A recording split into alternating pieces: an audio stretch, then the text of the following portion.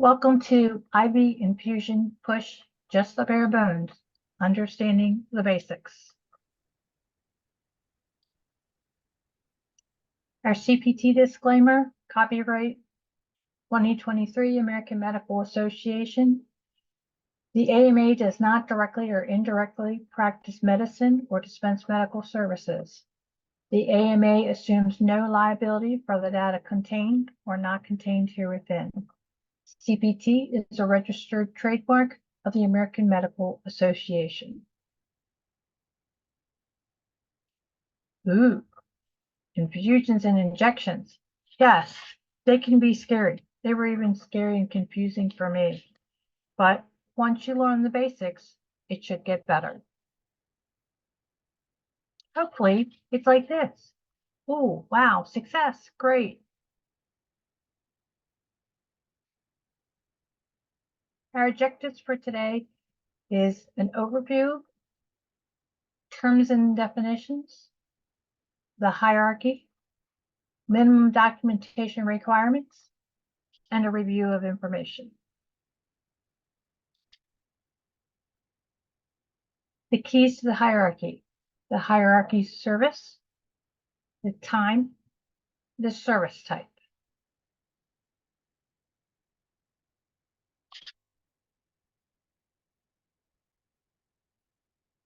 Reasons for injections and infusions.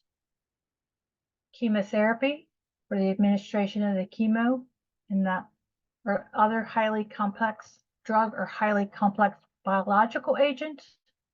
The non-chemo, the administration of therapeutic, prophylactic, and diagnostic substances, such as antibiotics, antiemetics, narcotics, steroids, etc. And hydration is the administration of fluids, usually simple saline dextrose electrolytes for fluid volume replenishment only and not containing those substances above. Types of methods. You have your infusion. Your infusion is a drip over time, continuous introduction of a solution given intravenous. A push is a steady flow over a short period of time, the administration of a medication from a syringe directly into an ongoing IV infusion over a short period of time, 15 minutes or less. It's also been known as a bolus. Injection, pushing out all contents of the syringe. A port is a small medical device implanted below the skin, attached to a catheter, which is inserted into the blood vessel.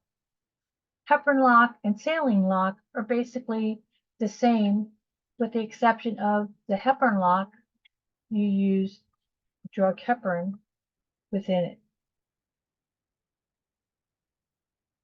The other term would be KBO. KBO is to keep the vein open. Is that part of hydration? Yes and no. Heparin, hydration is flowing the solution. KBO is just the flow rate to keep it going so that it's ready for use when it's needed.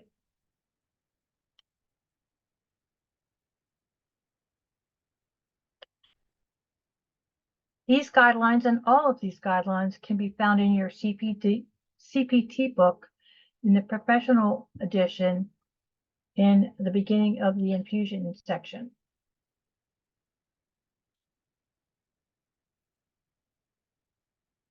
Types of routes.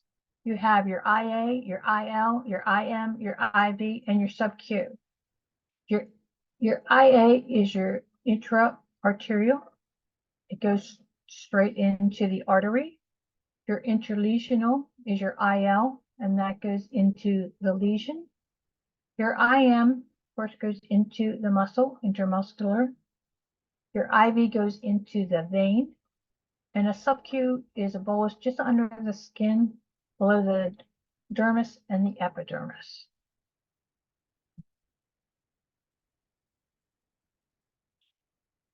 Types of service. You have your initial infusion, and the dictionary definition has two. The second one is the one that we use, which is ranking service, the foremost service, the highest ranking, is your initial infusion. Your concurrent infusions are two infusions running at the same time in two separate lumens in a multi-lumen catheter IV site. This is only used once per encounter per date of service. Sequential infusions are the infusions over time that are past the initial. So the first one is the initial, and after that, then they are sequential.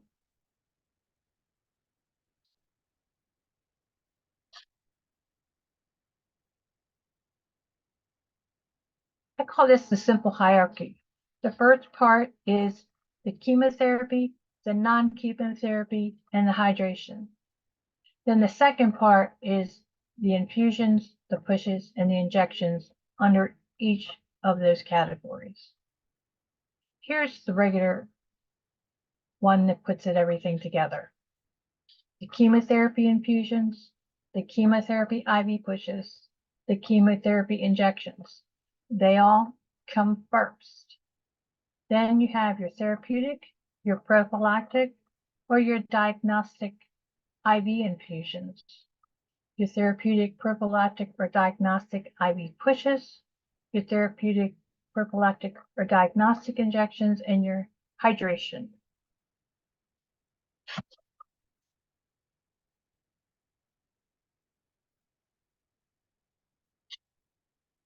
Here's what I like. I like this decision tree. The purpose of the visit. What kind of treatment is being administered or received? Then, what service is that? Is that chemo? Is that hydration? Is that non-chemo? Then after that, what's your route? Your infusion, your injection, your sub-Q, your IM, or a combination of some. Then your length of time. Time is very important when you're talking infusions, hydrations. So I like this as a checklist, so to speak. Now let's get into a little bit of documentation. Every intravenous infusion must have a start and a stop time. Infusions documented without a stop time have to be downcoded to an IV push. Be wary of takedown time, as this does not indicate when the service stopped. So the take time is when they're taking the IV out. But is that when the fluid stopped flowing? No. There can only be one initial site, one initial service per site per encounter. Infusions documented with less than 15 minutes must be coded as an IV push.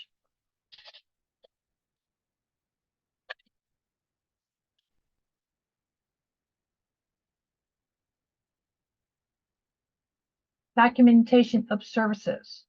This is where the time comes in. Don't round service times. They can be dangerous and lead to the inappropriate code assignment. It makes a difference. So you need to review each code for the time requirement descriptions that's necessary to have. The initial hour goes from 16 minutes to 90 minutes. So if it's not 16 minutes, if it's only 15, then it's not an infusion. Each additional hour cannot be coded unless 31 minutes of infusion time past the hour is documented. So that means it has to be a minimum of 91 minutes. But this rule does not apply to hydrations. Hydrations is different.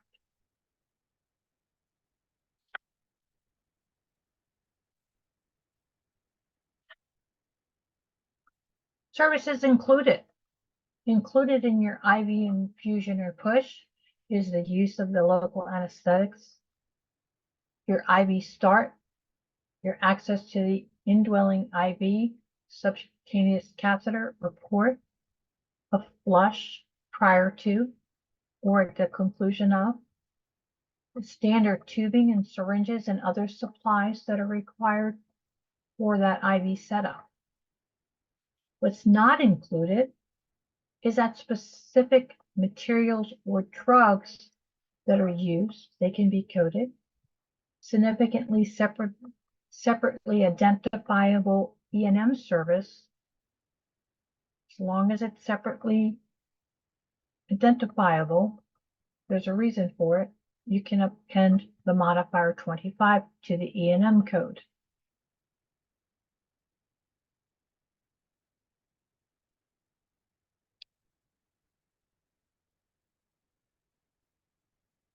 Sorry. What's included for the pre-op infusions and injections? It's part of the procedure. It's not separately billable.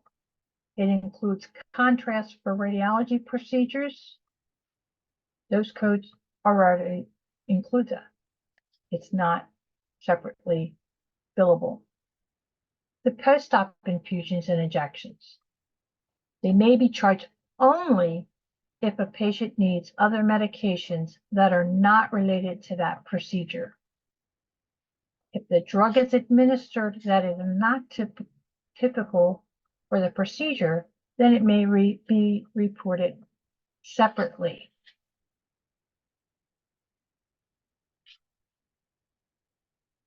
Initial service. As you can see down here at the bottom, the two definitions. The first definition doesn't pertain to this. The foremost in position, rank, or importance is what the initial means in this hierarchy. So when you're talking about injections and infusions, regardless of the order of the services that were provided, chemotherapy is always primary. Whoop, my apologies. Chemo is always primary and should be listed as the initial service when performed. Infusions are primary if chemotherapy is not performed. So the 96401 through 96417 are your primary codes, depending on your situation. The 96365 and the 96369 are primary if chemo is not performed.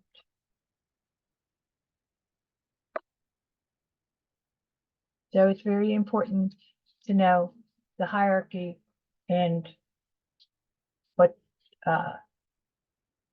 type you're using. So your sequential and your concurrent. So the IV of 96366, an infusion of a substance or drug following an initial service for each additional hour, intervals of greater than 30 minutes beyond 1 hour increments. So it has to be greater than those 90 minutes. So it has to be a minimum of 91 minutes plus. Concurrent, as we said before, is an infusion of a new drug, new substance or drug infused at the same time as another substance or drug. This can only be used once per date of service. No matter how many infusions you run at the same time. If there's a third concurrent drug, that's not reported. Only report once per day, regardless of whether an additional drug or substance is administered concurrently. So you're only going to have reporting 2 drugs under that concurrent.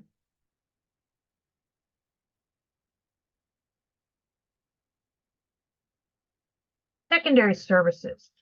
Secondary service, after the primary service has been established, the secondary services should be coded in addition to the primary service. So you're always going to have that one primary service that you're going to be coding first, according to the hierarchy, and then your subsequent codes. So we have a subsequent chemotherapy infusion 96417, the chemo push, the additional 96411, the subsequent infusion of 96367, your concurrent infusion is 96368, that's only used once. Your subsequent IV push of a new drug, 96375, your subsequent IV push of this same drug, 96376, that's the same drug as the primary service, and your additional hydration code is 96361. So when you have your sequentials in your IV pushes, if your primary service is not the same drug that you're pushing, then you would use the appropriate code for that second service.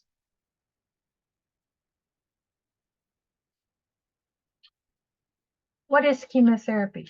It's a highly complex, requiring direct physician supervision. This is why chemotherapy supersedes other services within the hierarchy and what sets the service apart from non-chemotherapy infusions.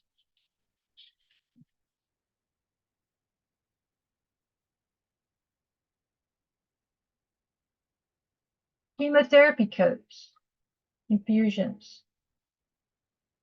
So as you can see, it depends. How are they given? The first one is administered subcutaneously or intramuscular, non-hormonal anti-neoplastic. The second one is the same as the first one, however, it's antiplastic. It's hormonal, hormonal antiplastic. The third one, the 96405, is interlesional, up to including 7 lesions. The 96406 is more than 7 lesions. The next one is intravenous. It's a push technique, single or initial substance drug. Then you go to the 96413 is a chemotherapy administration intravenous infusion technique up to 1 hour, single or initial substance drug, and the initiation of prolonged chemotherapy infusion, more than 8 hours, requiring use of a portable or implantable pump. Typically, you would not see that in the ER nor in the office unless it's an infusion clinic for that.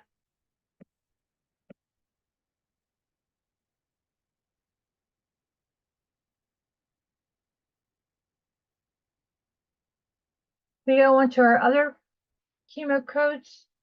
We have the administration of the intra-arterial push technique, the infusion technique, the initiation of the prolonged infusion for more than 8 hours, requiring use of a portable implantable pump. We have chemo administration into the pleural cavity via implantable port or catheter, administration into the CNS, requiring and including spinal puncture.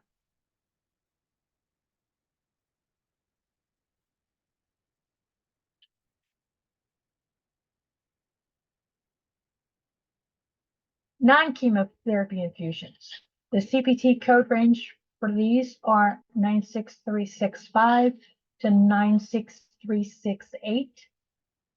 The initial is 96365. That's for up to 1 hour for that infusion. Then you have your additional at 6/6. 96367 is your additional sequential with a new drug. And you have your concurrent, the 96368. So the 96365 is your initial, and the other three codes underneath of that are your add-on codes. That means they require to have an initial code before you can use the add-on codes. Your therapeutic infusion time, your first hour is 16 minutes to 90 minutes. Your second hour, it has to be 91 minutes to 150. And your third is 151 to 210, so forth. It's very important to calculate your time correctly. Otherwise, you will have the wrong code being used.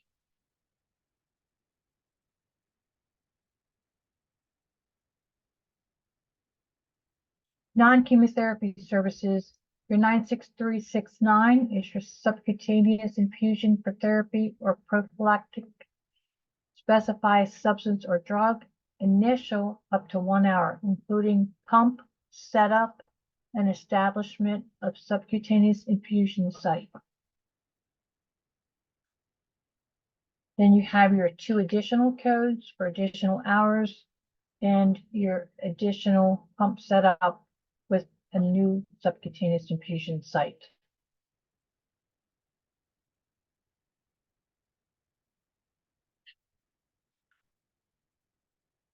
So some special instructions. CPT 96367 must be used in conjunction with the 96365, 96374, the 96409, the 96413. Those are all initials. The 96367 is only reported once per sequential infusion of the same infusion mix. Your 96368 is only reportable once per date of service. And this code can be used with your 96365, 66, 413, 415, and or 416.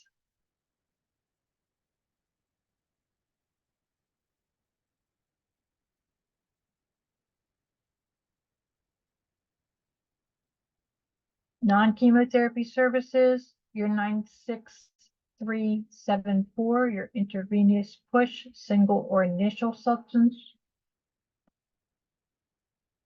is your initial if there is no chemo and no infusions.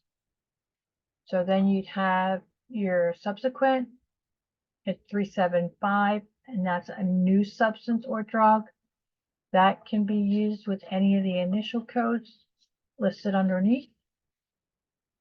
Your 96376 is your sequential push of the same substance as your initial.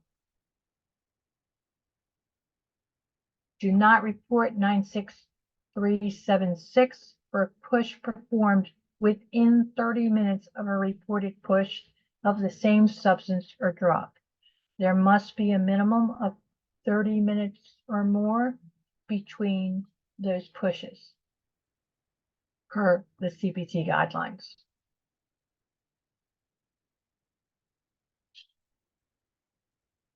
Some special instructions again.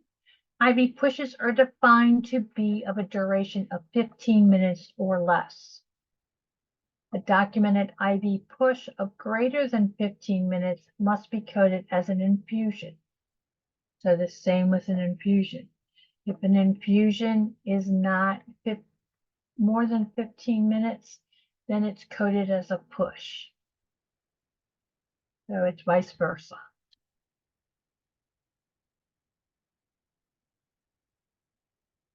Some other minimum documentation requirements: start and stop times for all infusions. Times Start time should be used for all drugs of when they are administered, because there are differences in between when you've given it and when you can give your next dose if needed. The method of administration should be listed in your documentation, the number of units given, and the specific substance or drug that is injected or infused. Those are the bare minimum of what is needed to report these codes. Excuse me.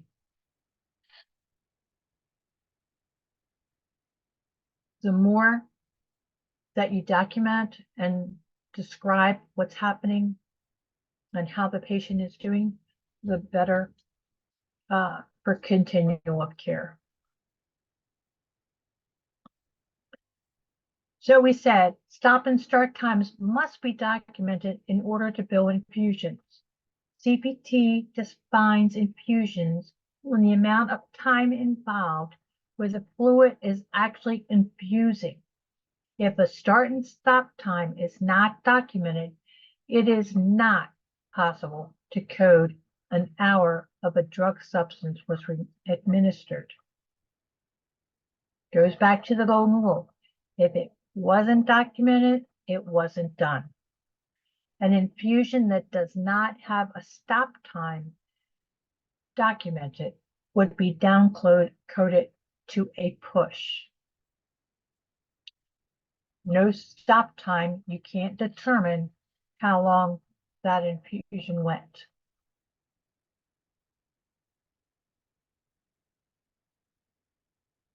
Injections and infusions require direct physician supervision, not to be used for administration of vaccines, toxoids, allergen immunotherapy, anti-neoplastic therapy, or hormonotherapy.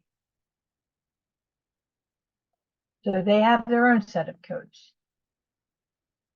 IV infusions, subcutaneous infusions, subcutaneous intramuscular injections, intraarterial injections, and IV pushes all fall under this section.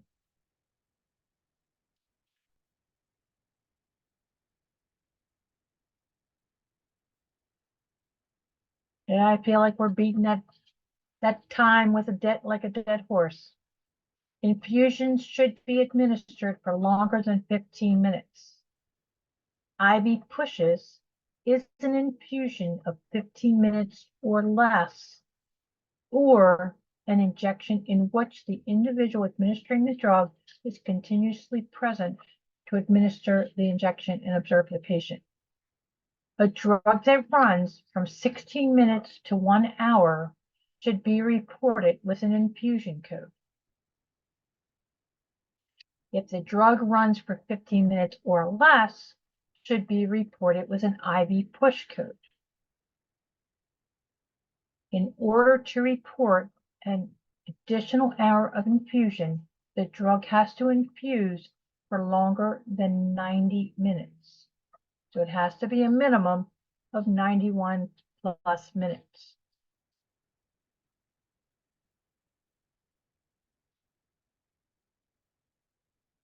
Hydration. Hydration is the last on the hierarchy. Administration of fluids for fluid volume replenishment and does not contain additional substances used for chemotherapy and non-chemotherapy services. So there's no drug other than a simple saline, the dextrose, or electrolytes in the solution. Used to report the delivery of prepackaged substances, you know, those good old IV bags they hang on the pole. And it's not reported when used as a solution to deliver therapeutic, prophylactic, or diagnostic substances or drugs. So it is not along with a push, it's not along with an infusion, it's only pure hydration.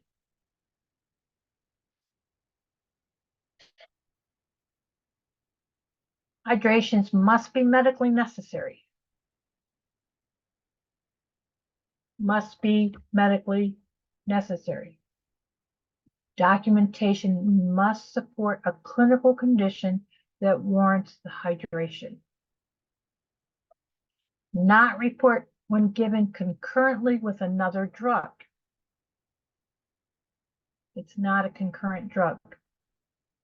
It's not reported when fluids are given for the sole purpose of administering a drug. It's the delivery system for that drug. So it's not reported. It's not reported if provided as part of a surgical procedure. Prepackaged fluid and electrolytes, and it requires direct physician supervision.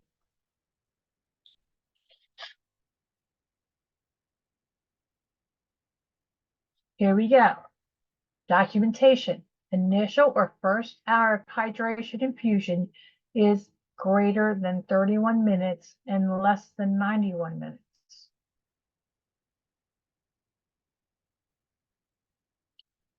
It's less than 30 minutes of hydration is not billable. You cannot bill that. It requires minimum of 31. The stop time must be documented in order to bill for the hydration. Same as an infusion. It has to have a start and stop.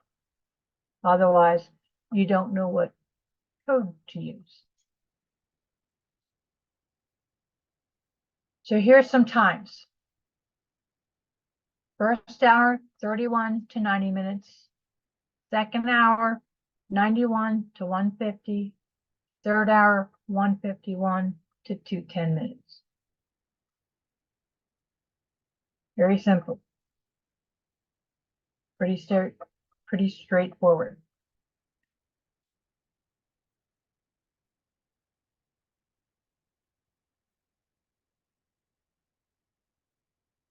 (96360) is the intravenous infusion hydration initial, 31 minutes to 1 hour. Then your 96361 is your add-on additional hour that you use in conjunction with an initial code. You report the 96361 for hydration infusion intervals of greater than 30 minutes beyond 1 hour increments. This is part of the CPT parentheticals. Report 96361 to identify hydration if provided as a secondary or subsequent service after a different initial service, such as 96365, 374, 409, 413, through the same IV access.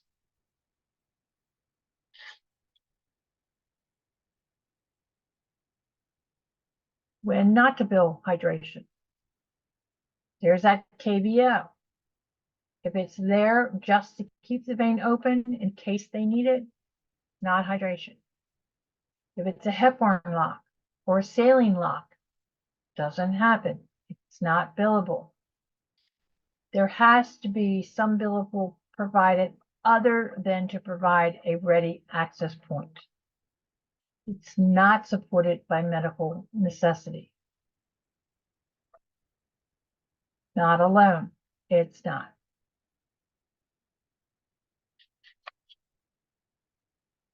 So injections, 96372, your therapeutic, your prophylactic, or your diagnostic injection, specify the substance or drug, subcutaneous or IM. So it's either sub-Q or IM.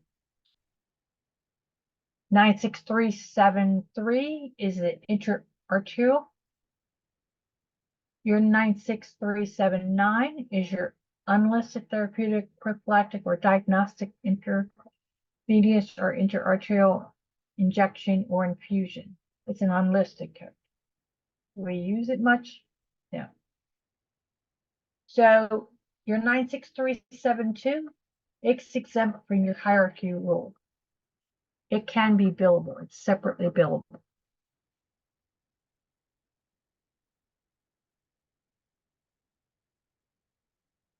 And it doesn't require a stop time.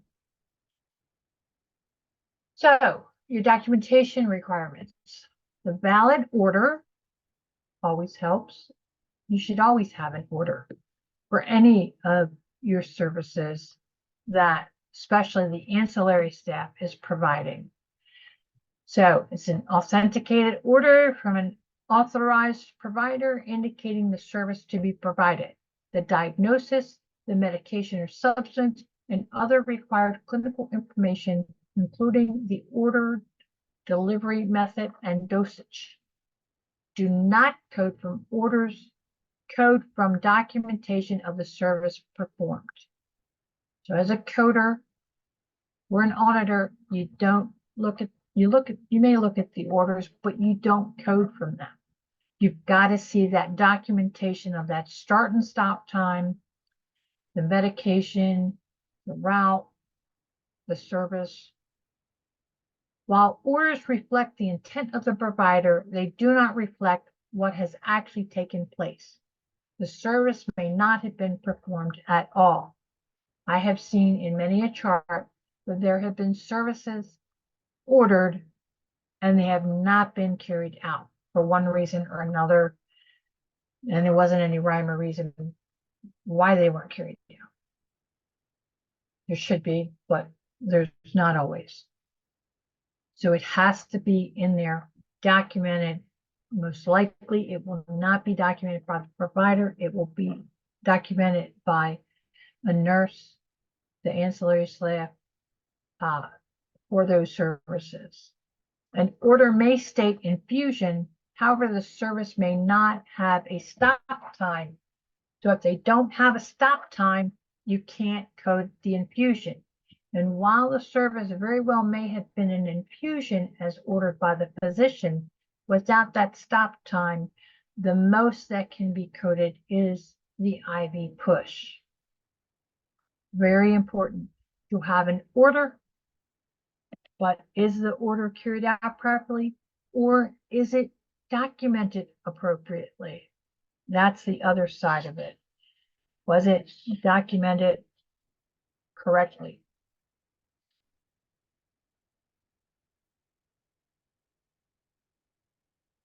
So a review. Only one initial service code is to be used for access site per encounter.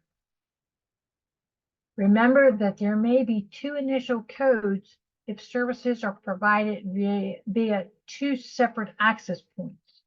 So you can possibly, in certain situations, have an IV in one arm and an IV in another arm. But be careful and make sure that it's documented appropriately. And that there was two. It wasn't just a matter of being able to do it, that you needed that. Each additional same substance and sequential different substance.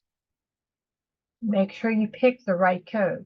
Same substance or different substance. Administration codes are assigned as properly documented following the hierarchy. You pick the hierarchy accordingly.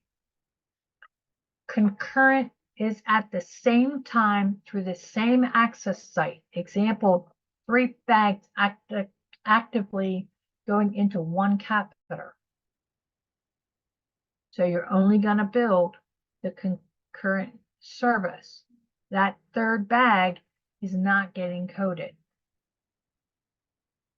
Multiple drugs mixed in one bag is not a concurrent service. They have to be separately coming into that IV line and can only be billed once per encounter for that concurrent.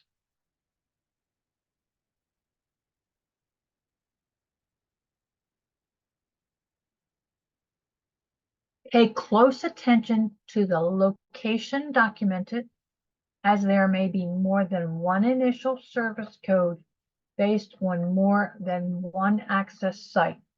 So they should state in their documentation where that access site is. Is it in the right side? Is it in the left side? Is it in the head?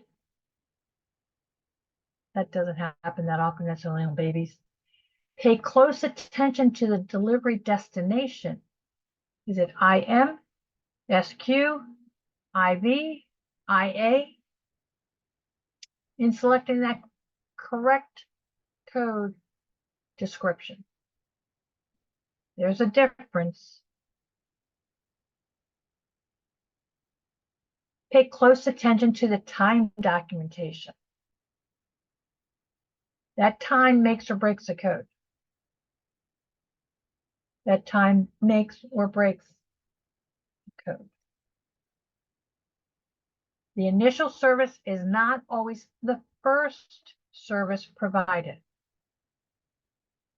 It goes according to the hierarchy, not what was given first. So that's why I make a list. I write all that down. I go through the documentation, jotting everything down, and then I look at the hierarchy order of those IVs, infusions, pushes, injections, so forth, hydrations. And remember, hydration cannot be billed for at the same time as an infusion. It doesn't happen. They don't get credit because they're using that hydration solution to deliver those drugs, that infusion.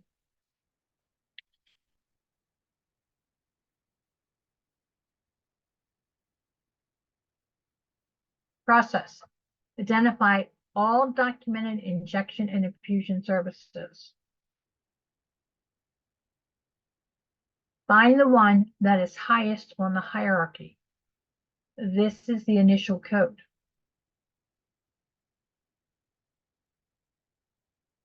Assign all other services with each additional or subsequent codes. Pay close attention to time documentation, substance administered, site, and delivery destination. Those all should be documented in the note, in the documentation. Carefully read your documentation to get the correct code necessary.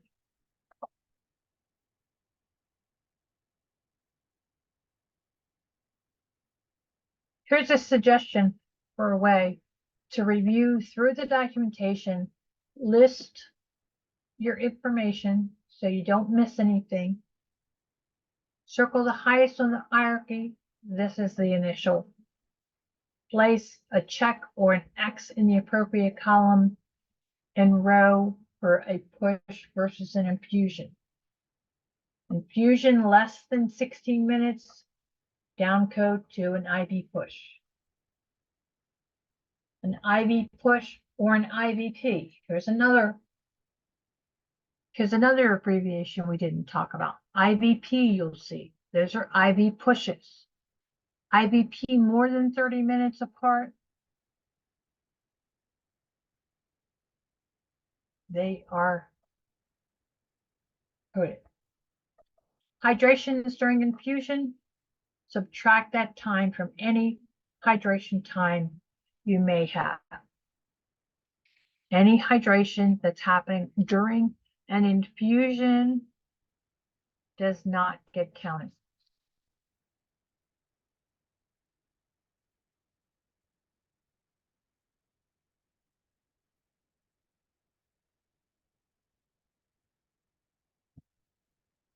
And this would be the time for any questions.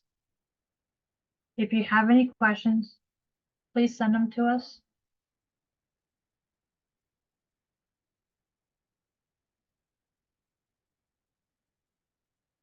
Thank you for your time. I hope you picked up something through this presentation of learning the basics. And happy coding. Thank you for sharing this time with us.